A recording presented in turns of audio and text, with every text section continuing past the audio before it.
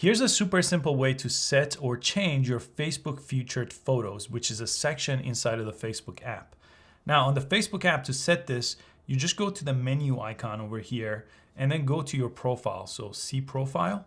And on this page, you want to press edit profile to add that new section. And if you scroll down over here in the middle of the page, there's an option called featured photos.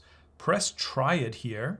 And featured photos come from two different places. You could take them from your camera roll, what's already existing, or if you've ever used Facebook stories and posted to that, they'll appear over here as well.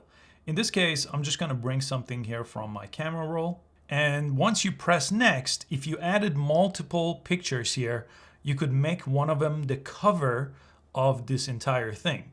Or you could add more photos over here if you only added one, and you could give it a title. And featured photos are always set to public here by default. So make sure that's okay, because anybody that finds your Facebook page is going to be able to see that, and then press done over here.